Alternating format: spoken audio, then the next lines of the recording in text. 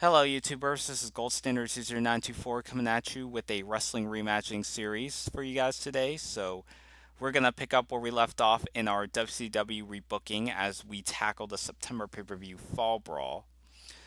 So, Fall Brawl was WCW's answer to the Survivor Series event that WWE would hold annually. And basically, Fall Brawl, for most of its existence, had been known to produce a main event called War Games, which consists of these two rings surrounded by a steel cage. And unlike Survivor Series, you also have two teams duking it out in a clash for superiority. Only difference is that, with Survivor Series, which the primary way to win is by pinning your opponent until all the wrestlers are eliminated. War Games, on the other hand, is one fall to a finish. There are no pinfalls, and the only way to win is either allowing one of your opponents to submit from the opposing team, or if one of the opponents from that other team asks to give up or surrender in the process. So, so War Games would start off with these two wrestlers, one from opposing team, and then depending on the interval, so you also have you have like a little coin toss that goes on prior to the match. So for instance, you have two wrestlers starting out the match.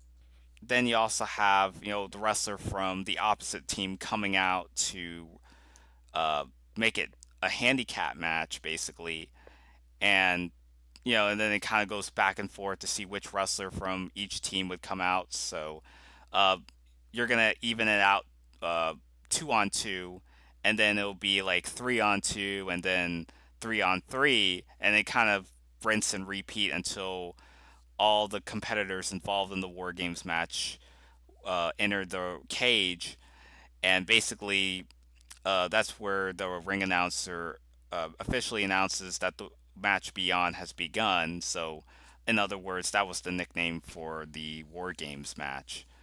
Um, I know it sounds very complicated, um, but I recommend maybe watch like one or two War Games matches that have happened over the years to kind of get a better understanding. Um, but basically, that's kind of how it worked. And like I mentioned, it was like one fall to a finish. So um, there you go at that. So I'm gonna kind of go into more detail with the war games as the video progresses. So I'm gonna also run through the undercard, which is only just about 7 matches as far as my card for Fall Brawl is concerned. So that's the least amount of matches that I've had in the 8 pay-per-view cards that I produced for WCW 1998. So really try to devote my time to really try to go all out with the main event, and because you have all these wrestlers jammed together in this one big match.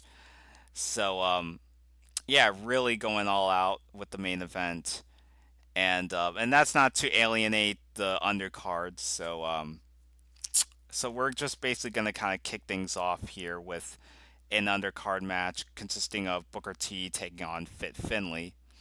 So this is Booker's first pay-per-view match after he broke away from Harlem Heat.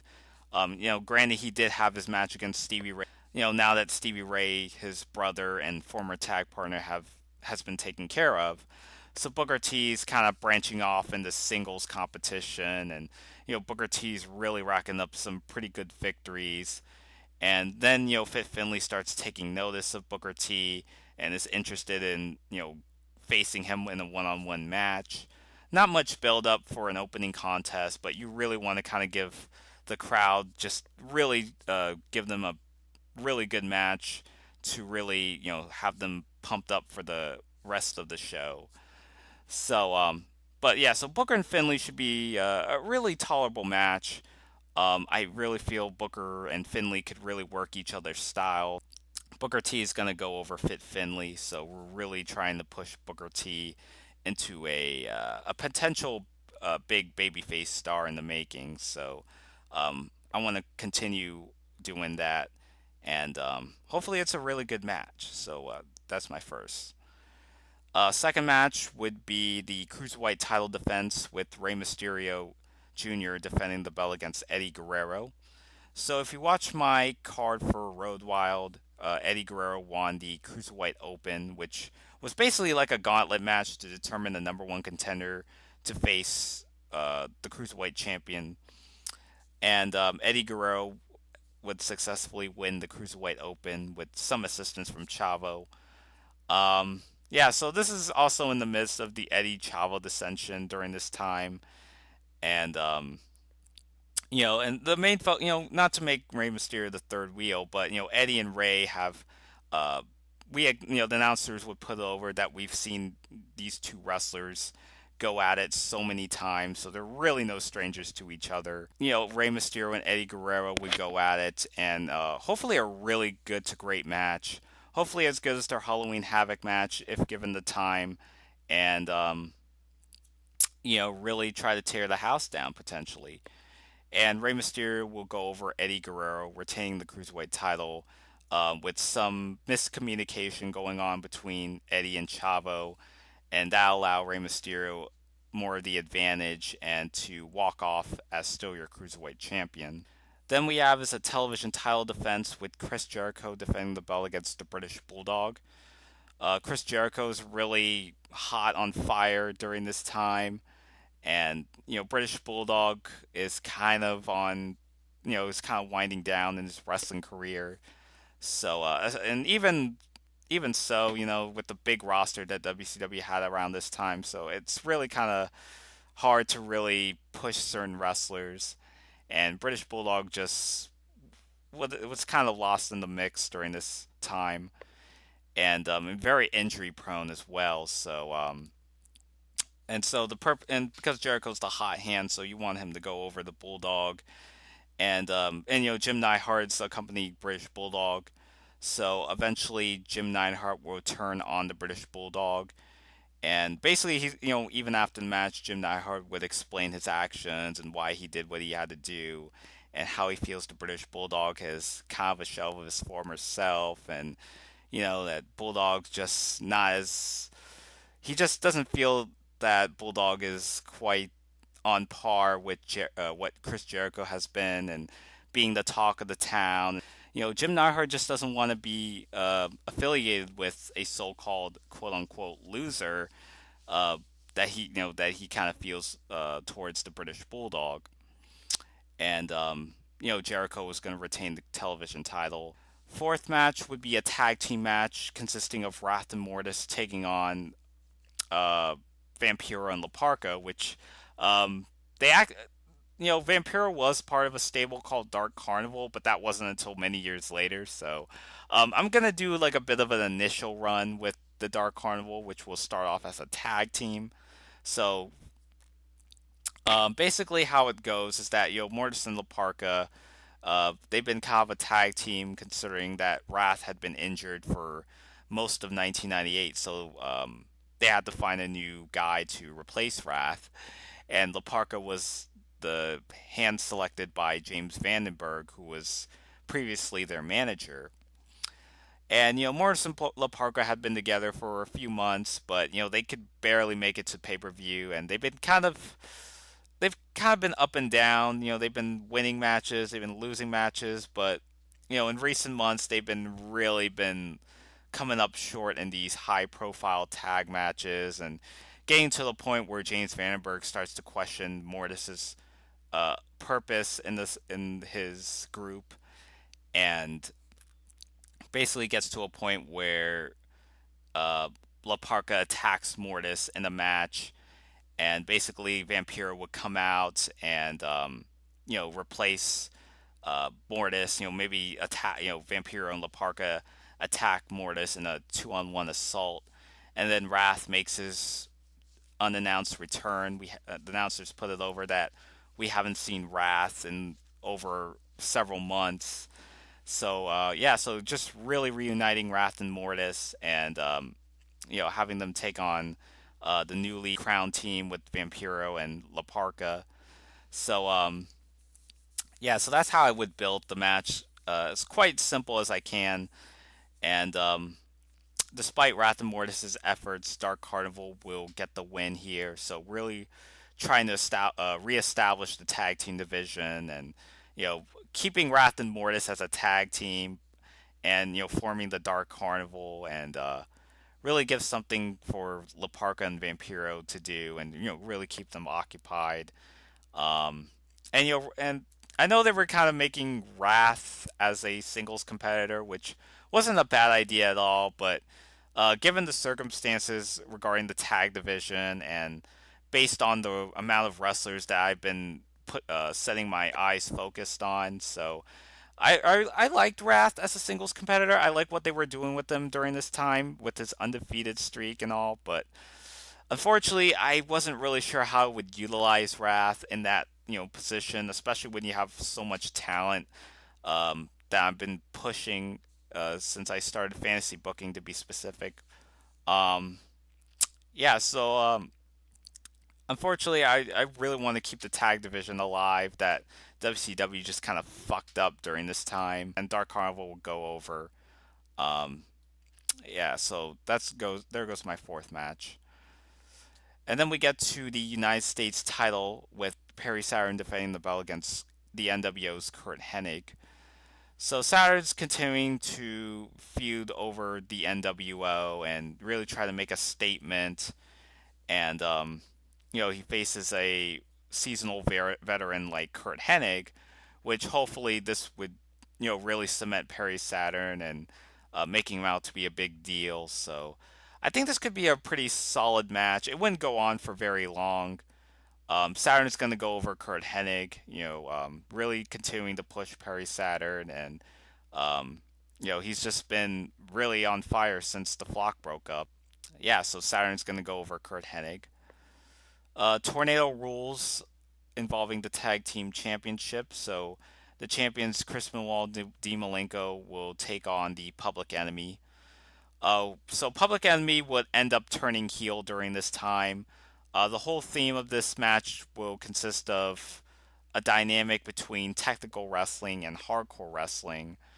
And Public Enemy are one of those tag teams that are known for, the use of, the tables primarily, and basically they've been known for a lot of, contesting their matches under no DQ rules. And the tornado rules is basically that, especially when it comes to tag team matches with the tornado rules, is that you don't have to tag your opponent in and out of a match, but it's basically kind of like a free for all. So you could really go out your way and really do whatever you want. And because this is the Public Enemy, so basically their match would be no holds barred, anything goes, and weapons weapons are going to be allowed in this match. So this could be hopefully a pretty interesting dynamic.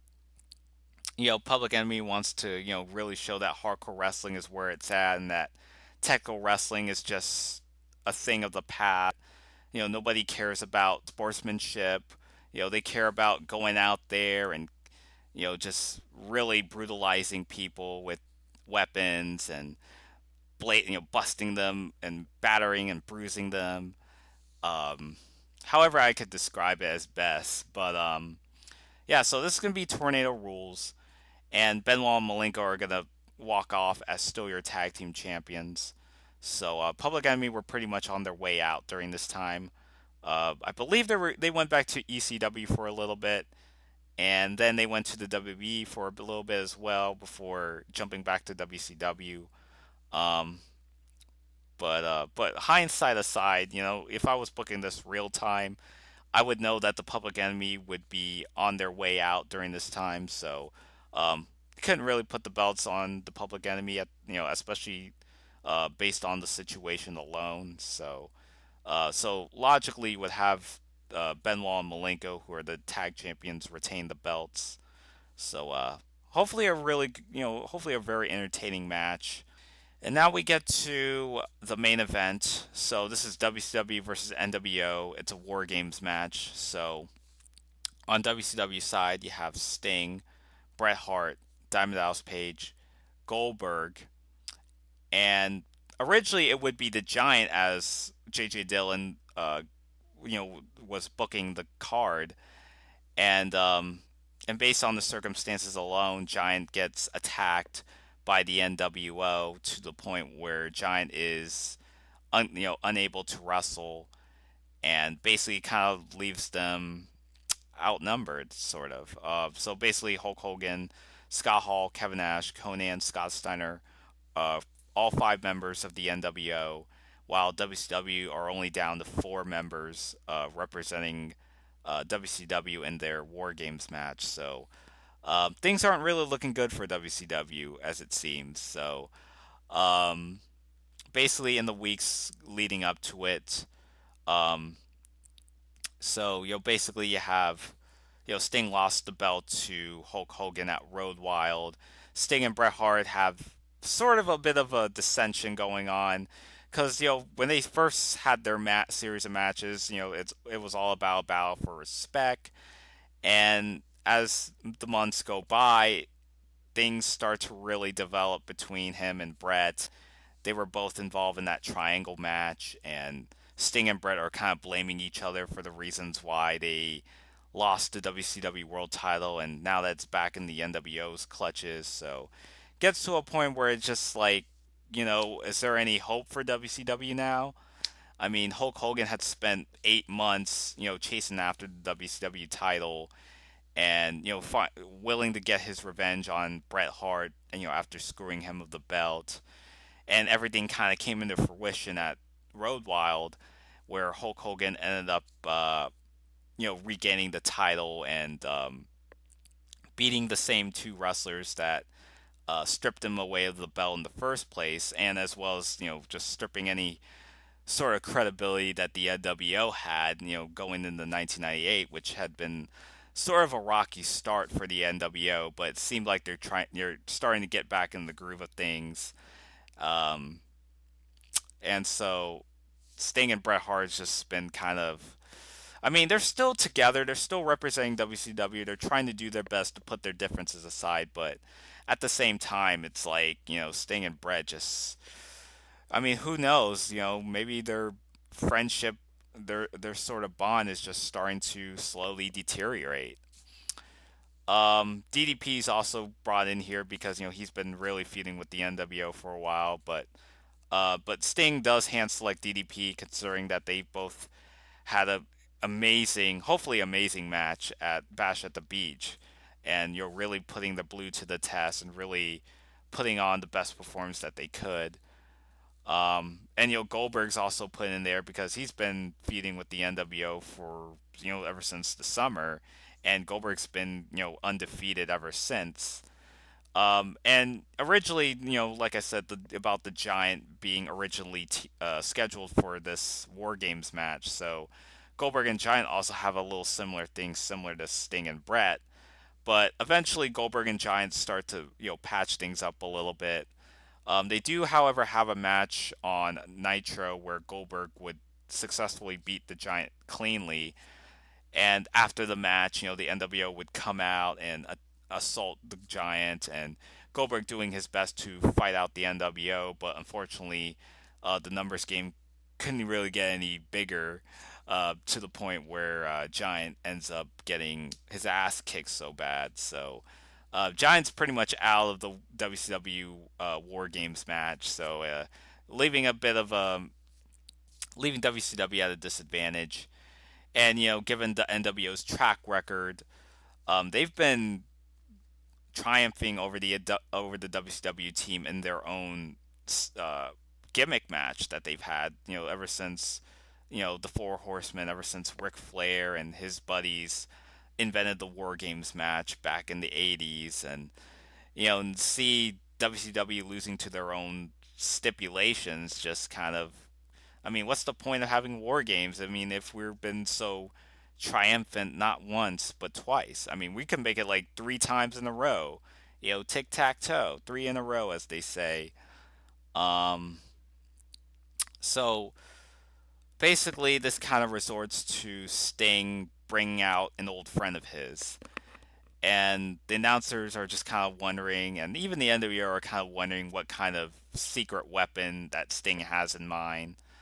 So eventually, the Ultimate Warrior makes his stunning WCW debut at this time, and basically announcing to be the fifth and final member, substituting the Giant, and also the fifth and final member to be representing WCW in the War Games match.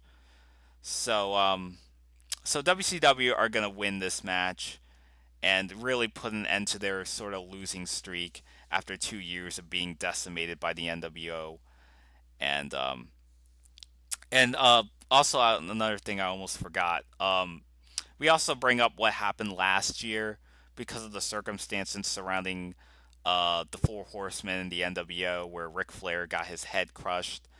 So JJ Dillon, he's still the WCW commissioner. He's bringing that up, and because normally when it comes to War Games matches, that the way to win is by submission, or if a wrestler announces that they for their team to give up.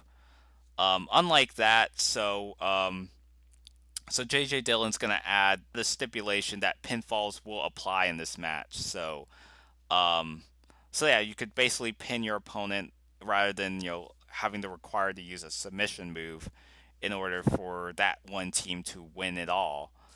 So so that's gonna be kind of the excuse as to why there's gonna be pinfalls in a War Games match. So yeah, that would be your main event. WCW's team will go over. Bret Hart locks in the sharpshooter on Conan. DDP nails the diamond cutter on Hulk Hogan, gets the cover, but the referee doesn't see Bret Hart locking in the submission move. Referee counts 1, 2, 3, and DDP would win for Team WCW, even though Bret Hart, he doesn't realize that DDP got the pinfall, but Bret Hart just kind of got carried away, locking in that sharpshooter on Conan, and he's even tapping out. Coincidentally, at the same time, DDP gets that 3 count. Um, yeah.